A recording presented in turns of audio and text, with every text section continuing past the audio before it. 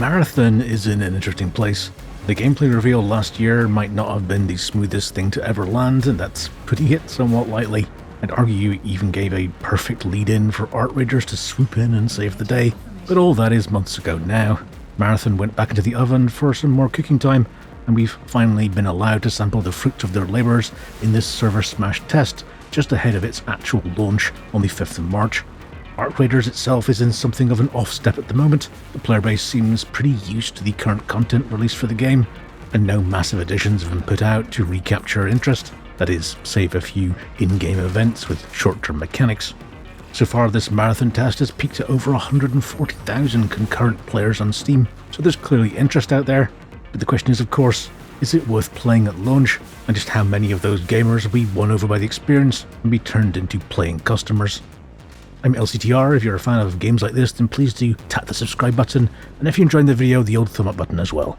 We cover a variety of mainly FPS titles. Your support is very much appreciated. First things first, if you've never been a fan of extraction shooter-looter games, then Marathon isn't really adding anything revolutionary to the existing gameplay loops that you're already accustomed with. On the upside, that means that if you're a Tarkov and Arc Raiders sort of person, then you're already like many aspects of Marathon, and with extraction looter shooters being the hottest thing since Battle Royales, that's quite a lot of you. However, I'd argue that in comparison to Arc Raiders, and that's a comparison I'm going to be making rather a lot actually, Marathon's focus is narrower and less mass market than Arc. Time to Kill especially puts a line in the sand, as PvP fights can be over faster than an Arc player can emote, "Do you want to team up?" But it's the PvE that feels more prevalent than other extraction shooters. They've tuned it a bit during the test, but PvE plays a massive part in the average Marathon round. You're often fighting roughly human-sized opponents in tighter interior and more open-plan exteriors, but there's none of the epicness of fights that Arc Raiders conjures up. You'll seldom find yourself cowering inside of a building as some large PvE nightmare stalks your location. So there's more of a Destiny PvE feel to the game, yet obviously tempered by the lack of resources for healing, shields and ammo that mean you have to be more mindful about which fights you ultimately want to take. There's challenge here too. Some of the mini-boss level enemies are incredibly tanky, have shields and take careful engagement if you don't want to die immediately. I didn't have many friendly PvP encounters, and by not many I mean exactly one. The very short PvP time to kill might be to blame for some of that. Also, the first-person nature somehow feels more threatening too. But honestly, this is a test, so most people just don't care about their loot that much. Everything is more throwaway at the moment. Only at launch we'll see if players mirror the friendly lobby occurrences that were made famous in Arc Raiders. That short time to kill does feel a little brutal for an extraction shooter though. Things go from being fine to lying on the ground wondering what happened rather fast. I'm not sure if this impression is being skewed as players tend to be using lower tier shields at the moment. I'm unsure, but either way, new players can find themselves dead in almost Tarkov level time. Perhaps magnifying this effect is the curious feeling that it's often tough to know if you're in a PvE or PvP fight. Numerous times my voice comms were conversations wondering if it was a player or not, and a top tip, ping them and if it's a player it'll say their name on the left hand side. On the upside, it's impressive that the movement of some of the PvE enemies are believable enough to make you think twice about them. But in a game where things escalate so quickly, it undermines the experience when your squad is lying on the floor and saying, "Oh yeah, well yeah, they were players after all." It doesn't feel like you lost the fight, it feels like you've never started the fight, as you're never taking it quite as seriously as you would if you knew it was PvP. The weapon handling, as I said, is very Destiny. That's a good thing for me. It's fairly low recoil, often rewarded for tracking aim, and almost COD feeling at times. There's a lot of personal preference here obviously. I'm actually more of a fan of this weapon handling than something that we have in Arc Raiders. Arc's fight pacing is clearly a lot slower than Marathon's. A lot of that is pure time to kill from damage, but it's also a more staccato nature of Arc's weapons, or at least those were the weapons that were meta last time I played. The overall gameplay has more depth than a lot of the titles in the extraction shooter genre too. There are classes through the shells that you select, abilities, unlocks, weapon damage types and so on. And you can imagine a future gameplay where people are stacking a particular type of damage to deal with a particularly tough enemy that is a spongy nightmare to deal with otherwise, which is kind of novel for this genre.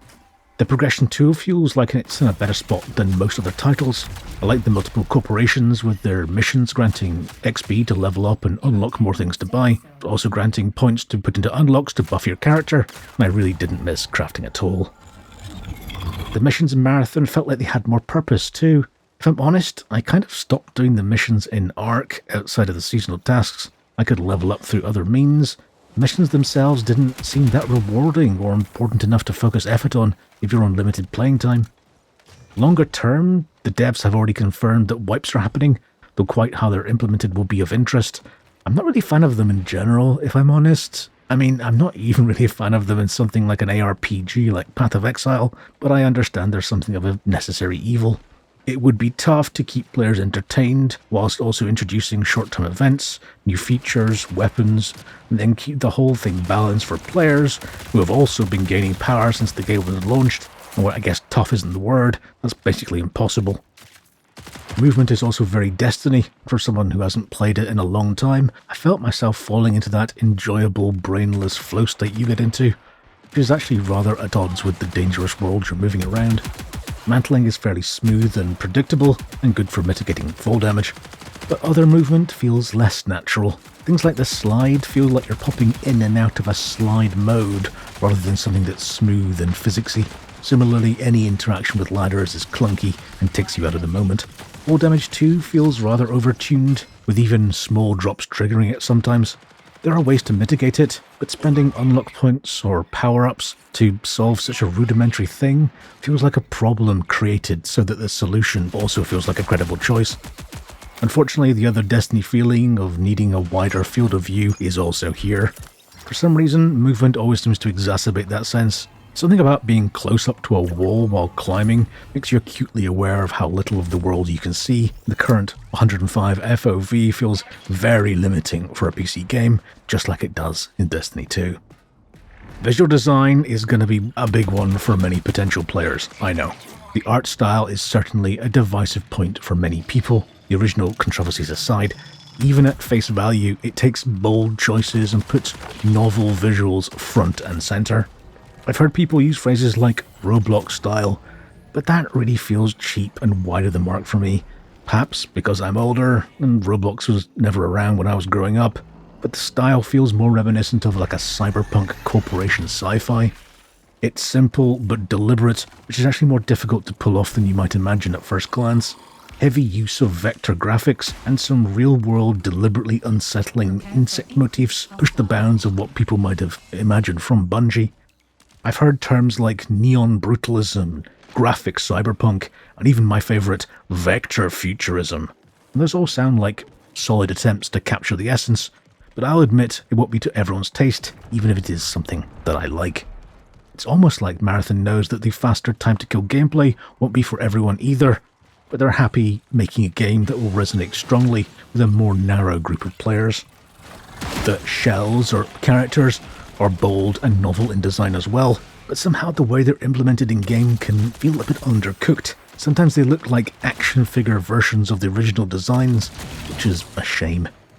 And as an aside, if you haven't seen the original cinematic trailer for Marathon, I'll link it in the description below. It's absolutely worth your time. It's like a distilled version of everything Marathon's visuals is trying to be. Longer-term watchers will know that I'm something of a lighting nerd, and the interior lighting has some of that Destiny magic. I love the starkness that many games would have evened out. There's a lack of that epic feeling that Destiny has in droves though. Lighting is trying to do its best in more conventional spaces than the fantastical worlds that Destiny inhabits. There is an argument against some of these choices though. Marathon isn't the epic cinematic world of Destiny. Reading your environment is more about survival here, and start lighting mixed with sometimes very saturated colours can lead to some very strained viewing when you're feverishly trying to decide whether a location is safe. The exterior lighting seems to have none of the magic of the interiors. It's often very flat feeling, none of the noir drama of the buildings. It's clearly a deliberate choice, but it doesn't feel up to the task of being compared to the interiors. The general UI follows bold design choices too. I like it, I know others won't. There are some usability problems that, although they do get better with familiarity, should really get rounded over. For the main menu, there's a sense that the grammar that players are used to for easily reading what is clickable and not clickable initially feels off, if you know what I mean. And the actual menu structure feels a bit rabbit warren-y as well, with areas that you didn't realise you couldn't get to or back from or things like that. Like, for example, you're in your loadout or in the armory, which isn't your storage, that's the vault. And the armory is more like a store, even though the word armory doesn't really inherently convey that. But anyhow, that's not the point. You want to go to your factions from where you are. Well, there's nothing on the screen that indicates that you can go there directly, or that crucially you can easily go back home to the main menu screen. There's just the back in the lower left-hand corner, it's quite small, and it's tough to know how many levels deep in the structure you already are, and it always feels kind of suboptimal and like a defeat just to batter the escape key to reset. Like I said, it gets better with time, but initially it just feels like a bit of a struggle. The in-game UI also feels pretty cluttered and could do with some cleaning up and user experience problem sorting out. I feel like I'm looking past the UI, like I'm staring through the leaves in a bush. It's obscuring the world and distancing myself from it. I think that's also magnified by the first-person weapon models taking up so much screen real estate, just like they do in Destiny. And also the narrow FOV that I mentioned before, you care more about the areas that you couldn't see and you feel like you're looking through toilet roll tubes. There are some grumbling user experience problems here too. I know this section has been me complaining for the last few minutes, so I'll just highlight a couple. Almost every lootable and interactable item in the game has a cross icon until you get close. And I've spent decades learning from games that crosses mean healing. And I know I'm unlearning that over my time with Marathon, but damn if it didn't play with my brain initially. And I also know that the cross is a key vector shape that they used across much of the design of the game, but it really could have been something else to help out new players. Another small one, the shield bar that you have initially is green, as that's the tier of shield that you have. But to new players who've been playing games for years, green is health. But not in this case. Health is the grey bar below, but with grey also often being used to denote shields in many other games. Yes, you learn past it, but again, for new players trying to learn everything at once, it's a misdirection we could do without. The two maps in the test had a rather compact feel. If you're coming from Ark, you may yearn for some of the long sightlines and epic vistas that you've come accustomed to. I certainly did while playing Marathon. There's some variation with weather effects, changing things up a bit, but overall the feeling, especially to the outside areas, wasn't particularly memorable. There are some interesting areas, flashes of novel play spaces, but even in the short time I had playing this test, I was already ready to look at something new. I think one of the problems was that the areas felt more like play spaces than real locations. That is, true to the world they're trying to convey, rather than, true to real life. The lack of scale seemed particularly apparent. The lack of large vistas across the map made me wonder if this was a pure design decision or something of an engine limitation. If you wanted that kind of grandeur, then there was some of that in the skybox artwork above the playspace. But even that felt undersold, as you could easily miss it if you weren't consciously looking around like a tourist. Performance was a little mixed. On the perimeter map, I was capped at my self-imposed 140 FPS limit pretty much constantly. However, on Marsh, it seemed tougher and I saw drops down to 120-ish at times. On a new machine with a 5070 GPU, feels like the devs have some optimization to do to get Marathon to a place where it really should be. And anecdotally, the devs on Twitter have acknowledged that they've had feedback on poor performance, so this wasn't just isolated to my machine. So, is it worth playing? I've agonized over this section for a while, to be honest. There are parts of Marathon I really like. The visuals are more niche than other devs might have chosen. They chime with me, and I applaud them for their boldness. The world would be poorer and blander if people always took the path of least resistance. The gunplay is something that meshes with my preference too, even over some of the more popular alternatives in the same genre, games that I have enjoyed thoroughly. The progression is good. I like the unlocks, the way it ties with the missions, giving them value. I even like the choice of first-person gameplay. It's something I always wondered about when I first tried Art Raiders. I mentioned that in my last video. But somehow, it's missing a certain something, a unique factor that's compelling and draws me in. Maybe it's the enemies, they tend to be bipedal, roughly human-sized, and although their movement is good, it just doesn't feel like something new.